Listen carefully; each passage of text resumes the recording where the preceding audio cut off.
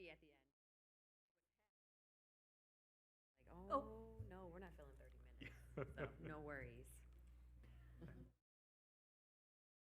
afternoon, Commissioner. I'm Zach Tillerick, the Director of the Office of Management and Budget. The next budget hearing is the Franklin County Treasurer's Office. Here at the table is Treasurer Ronald Hagan and his Chief Deputy, Melissa Messina. Well, hello there. Afternoon, Commissioner Braun, thank you. This is my first time here, and Yeah. I'm a novice, so I've decided to let Melissa introduce the budget. I've been through some of the points and everything, but I'd like to let her handle it as the experienced one, so I'll turn it over to Melissa. Okay. Good afternoon, lunchtime I know. So just a brief 2016 recap. Obviously, we welcomed Treasurer Hagan in September of this year upon Ed Leonard's departure to the Board of Elections.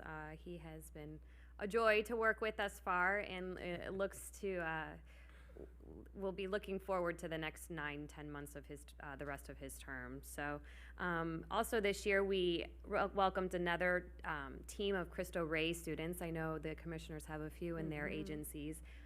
We've hoping to do it again next year, and it's a line item in our budget again next year.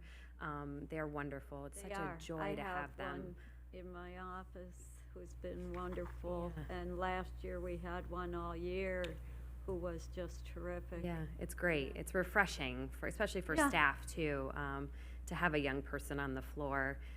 It reminds, you know. I was very skeptical, but it's worked out. It's beautiful. Yeah, it's a beautiful program. And we're enjoying it. So we're continuing to partner with them.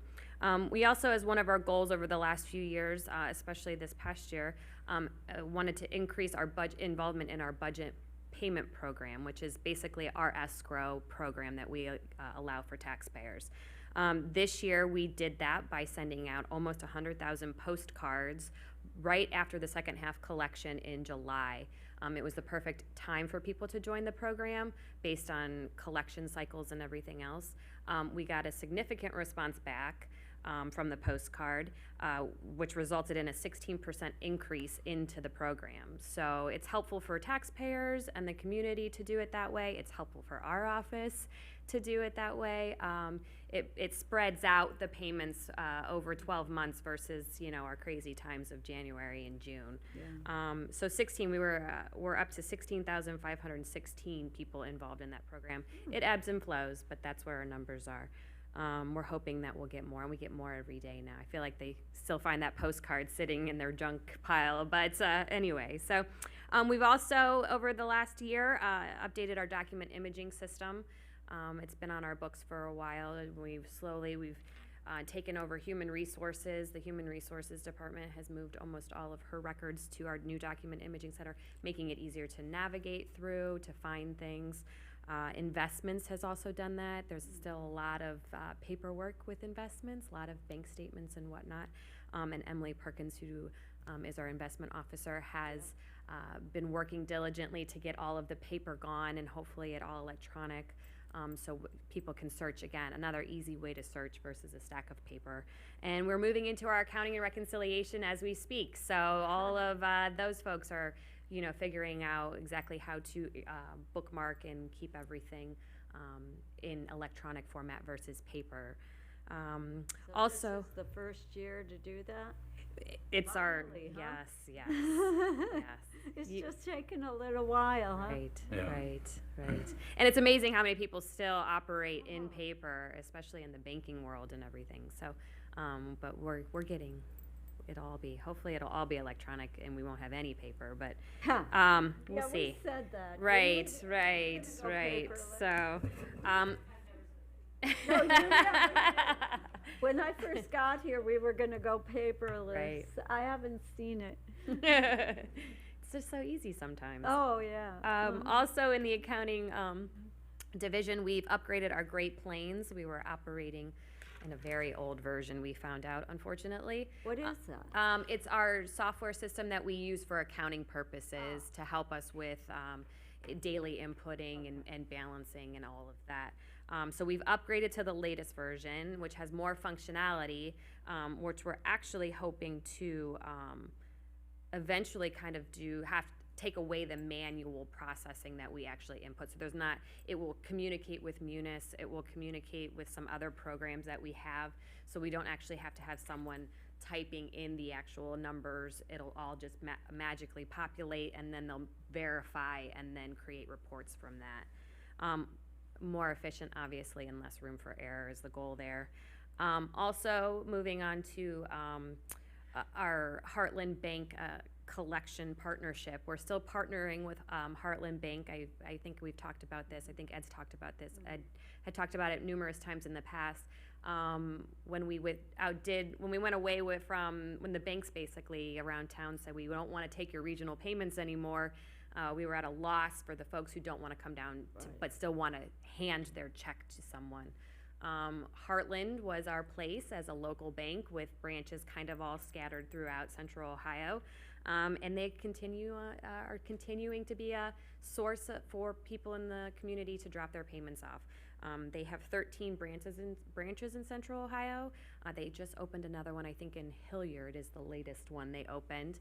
And it's worked out great, and it's nice because they're local and they're easy to deal with, and they like it too because they get the traffic from in January and June from our taxpayers. And the taxpayers are like it too, so they don't have to come down and pay parking and I'll do all that fun stuff. So we're actually gearing up right now for that too. We're about to send all the supplies to them here shortly. We also went through the RFP process for a new online payment service provider, and we awarded the contract to a company called Point and Pay, which has a few counties in Ohio, in various, not necessarily treasurer's office. It has a few treasurer's offices, but it also has a few other agencies throughout the state.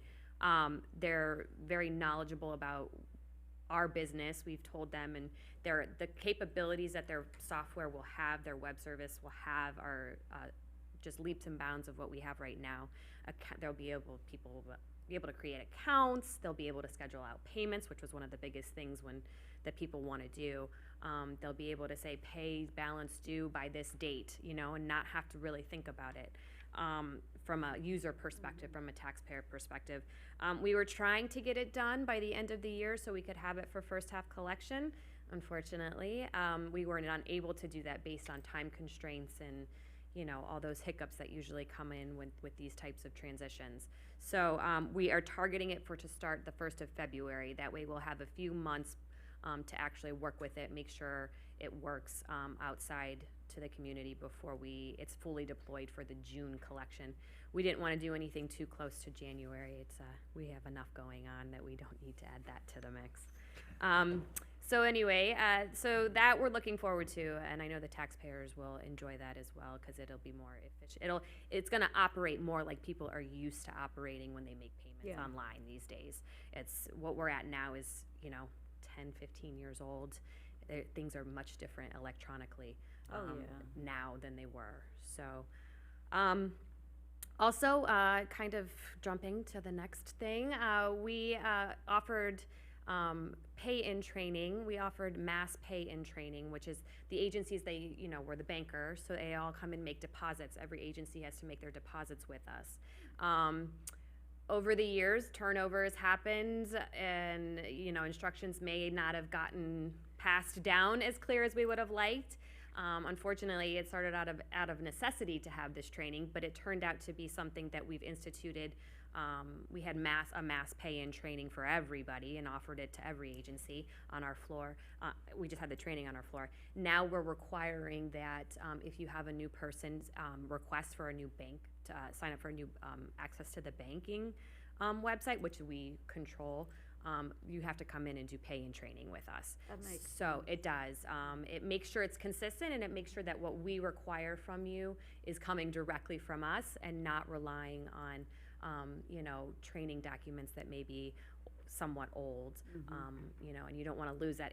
When you lose the institutional knowledge, sometimes there's nuances that get lost there too. So I know Cindy McNeil, our cashiering supervisor, and then Julie Grimes have sat down with the folks that who are responsible for that in various agencies, and we won't give them their password and their login until they come. So it's kind of it's an ability to control too. So yes, exactly. So but it's helpful. It really is for consistency purposes, especially when you're giving that information out. We also developed, since we are the depository for everybody, we get a lot of wires that come in, especially from the federal government for, the grants that come in, they all come in through wire.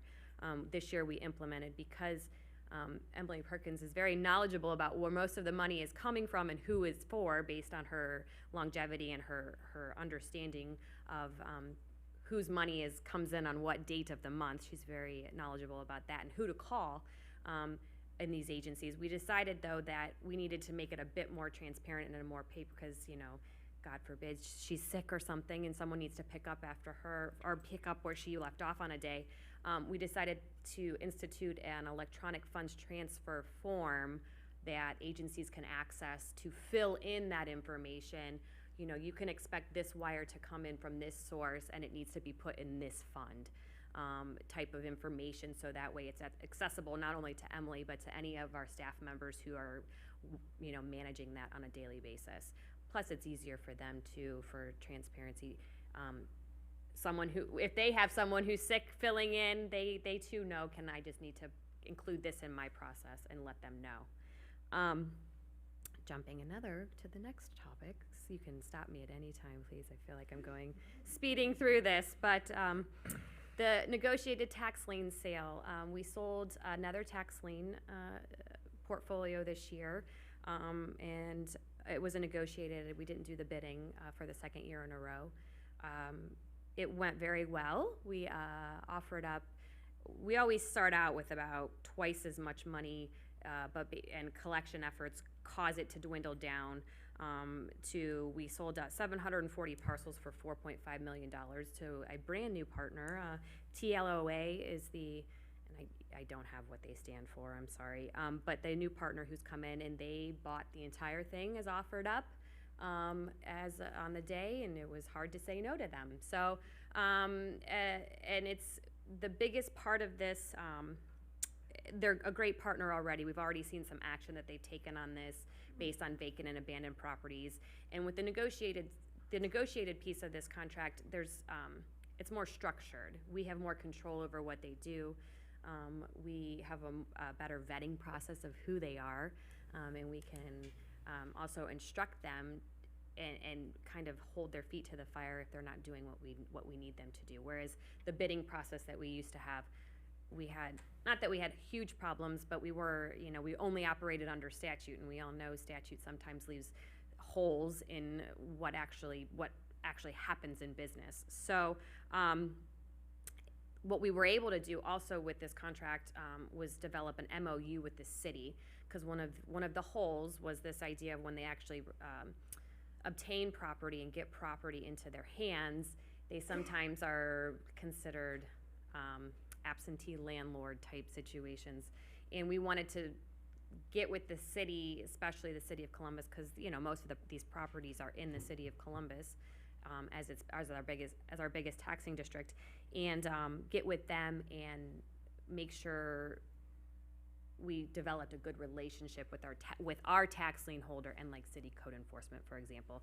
So we have I think 6-page MOU with the city that kind of outlines what the city needs from the tax lien holder, and what the tax lien holder, some concessions on both sides there. One of the biggest requirement is that as soon as the tax lien holder starts to come into properties out of the tax foreclosure process, they have to have someone local who is responsible, who city code enforcement can call upon if, say, there's gutter issues or their things need to be boarded up or whatnot. We've required a local contact for that. That was reasonable for both our tax lien holders, and the city was very thankful for that. So we're moving forward with that. We were excited to sell, again, the 740 parcels at $4.5 million revenue can then get dispersed out to the taxing districts based on this program.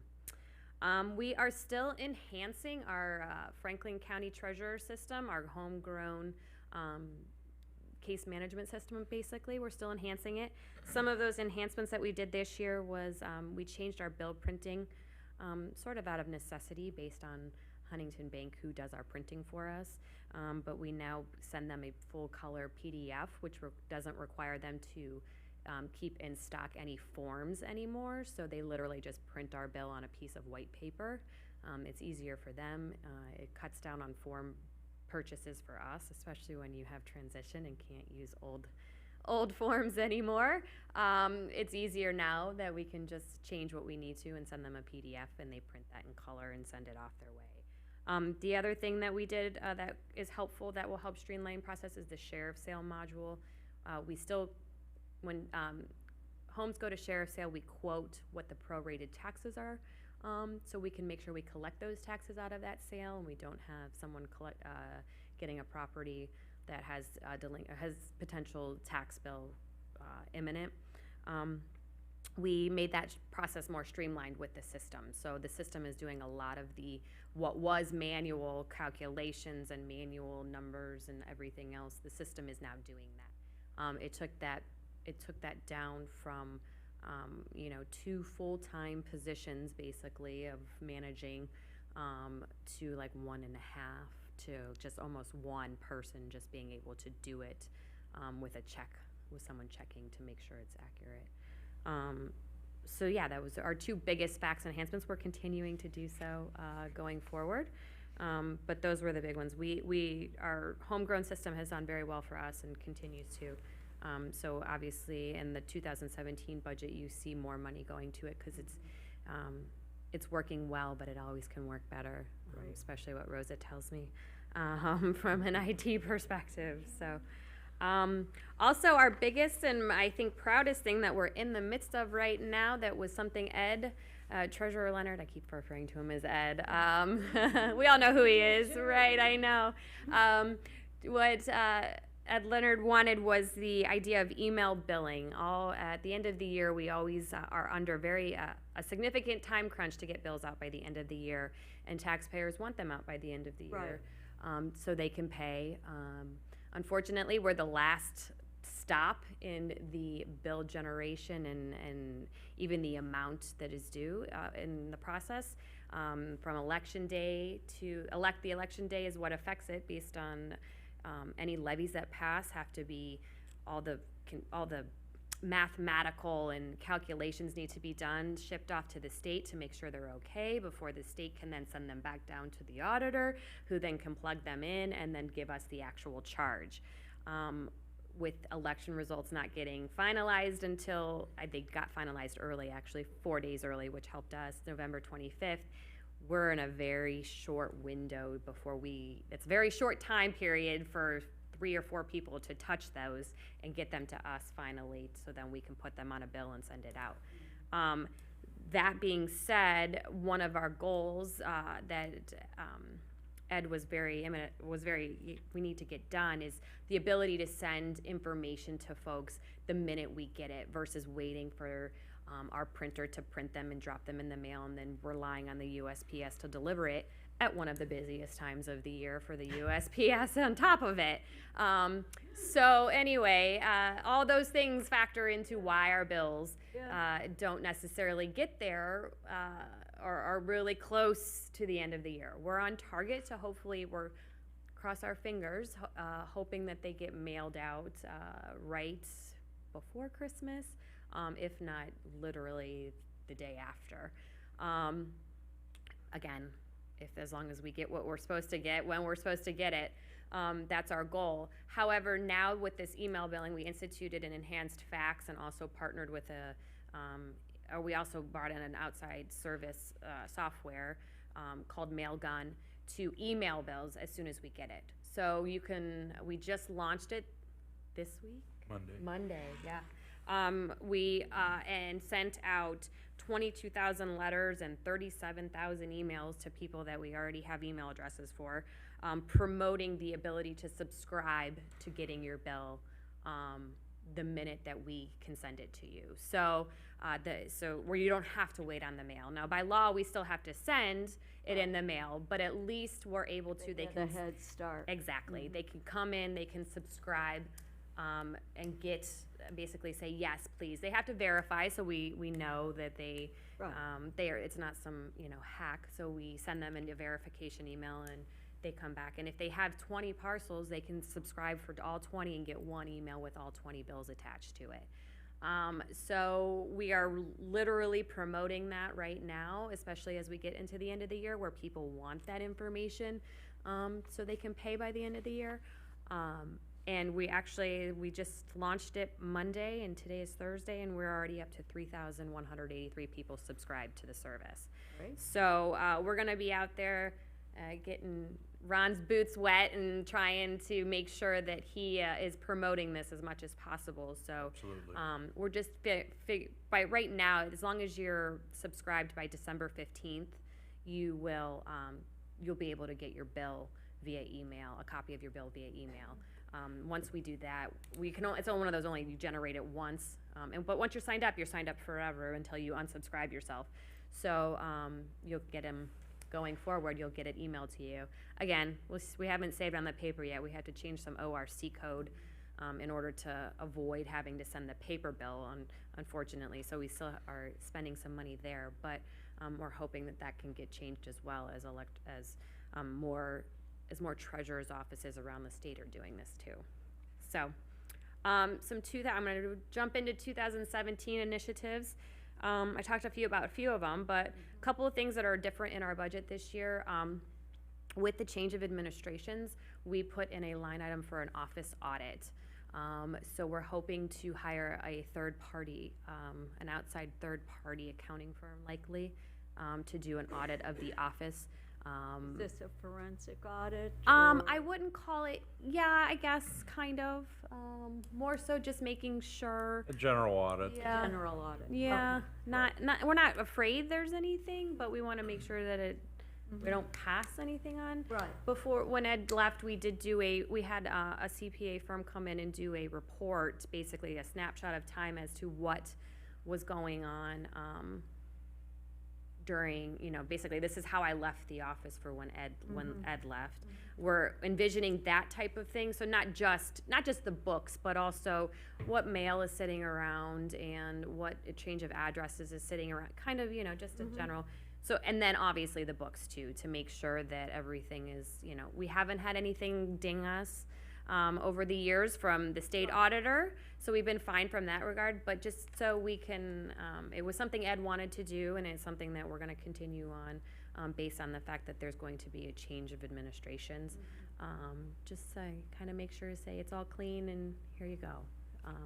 So that's new on the budget this year. Obviously the rollout of the new online payment processing website, like I referred to, Point and Pay, that's for February. We are also going to, I talked about, we upgraded Great Plains. We're also going to use it it has, now that we've upgraded to the most recent version, there's a lot more bells and whistles, such as an HR module and some budget functions. So some budgetary functionality, so when we can track our own internal tracking of the budget for ourselves. So we are going to work and hoping to get some training and utilization on that as well. And then obviously document imaging, we're hoping to next year include into our fax management, our fax system, our fax that holds all the parcel information. We want to not have to toggle back and forth between two software systems or two enterprises to find out, okay, this check was this payment, or these documents go with this parcel. So we're going to marry the two together for the most part. So literally our customer service staff only has to operate in one software system when they're looking for anything that has to do with a taxpayer question regarding a parcel. So that's going to happen next year as well, in addition to the continuation of it expanding amongst everybody else in the department, in the division, in the agency. Now moving on, that's basically the most, everything that has to go on with the office. Obviously, we're going to be dealing with transition. So we're going to expect, from a budgetary standpoint, some attrition and then, some other things. It's just the natural course.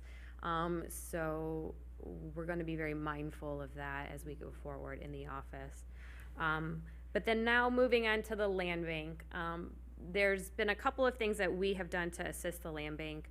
the COCIC over the last year. They, as I'm sure you know, they were awarded almost another $21 million from OFA this year to spend by the end of, I think it's 19, to spend by the end of 19 on blight removal in certain NIP areas that they've targeted. So with that, that's a lot of properties to come down, and they've been working very hard and very well over the last few years to spend the other monies they've gotten. Yeah. But now we have to, now they need a bunch more. So I think it's like 600 or 700 properties that equates to when you factor what actual demolitions cost. So that being said, that they don't have, they're kind of at this point where they don't have any inventory to tear down. So they need to get it in their possession, because OFA money can't be spent on something that's not owned by the COCIC. So to that extent, we decided to get creative in how they actually acquired properties. We negotiated a tax lien sale with the land bank, where we sold them tax liens, or the ability to basically foreclose on a tax debt. We sold them on a note, so they paid us $1 for the tax liens, and with the intent. Now, again, these are the blighted properties, so the expectation of anybody coming in and wanting it and redeeming the tax debt, slim to none. I mean, we have had a few, but it's very slim to none. We're assuming that the state of these properties, that people have walked away from them, not only from the physical state, but from where the tax debt is and everything else. With help from the city's code enforcement, they were identified. With help from other parts around, other small townships around the area, around Franklin County, that are in the NIP areas. So these are all targeted for OFA demolition monies to be spent on them. And they were then, basically the lien was transferred to the COCIC for them to then start immediate foreclosure actions on it. They have, to this day, they've already filed 53 foreclosures on the 274 properties and parcels we sold to them, and they have 53 lined up in the pipeline to go, I'm assuming probably pretty quickly, with an outside firm who does foreclosures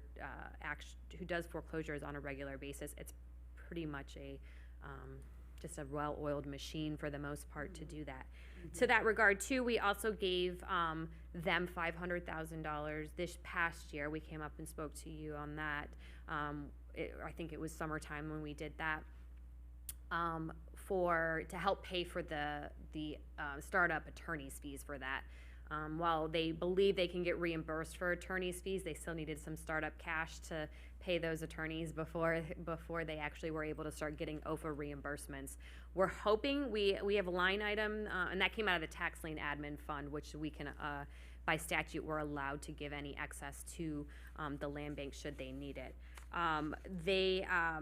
We line itemed another $500,000 this year, just in case they need things quicker and the OFA money isn't kind of flowing back in. But we put in $500,000, they put in their own $250,000, and the city also put in, I think, $250,000 as well. The city's committed to do another $250,000 next year, as is the land bank, their own $250,000. So we have $500,000 line items for that for 2017. Depending on the flow of money, they may or may not need it. So we just wanted to make sure they had it just in case. Again, 600, 700 properties is a lot of properties to take possession of and come down. And 2019 is not a very far away. Not. Yeah.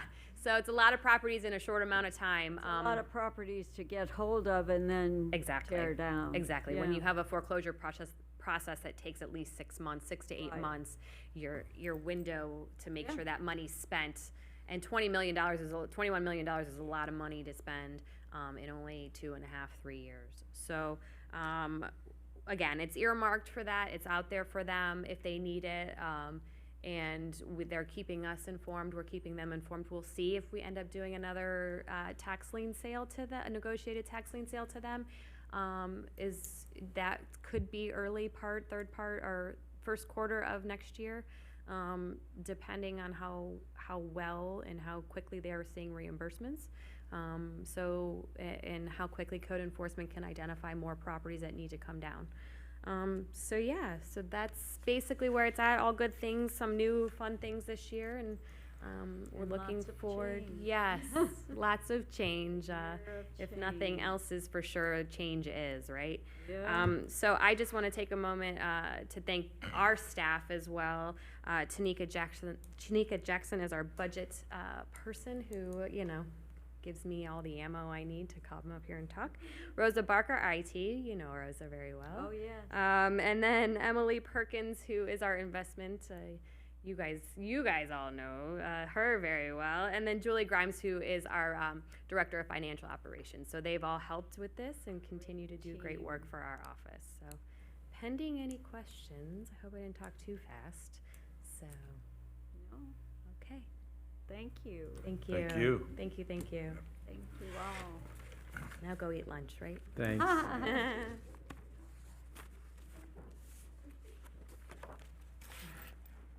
We are adjourned.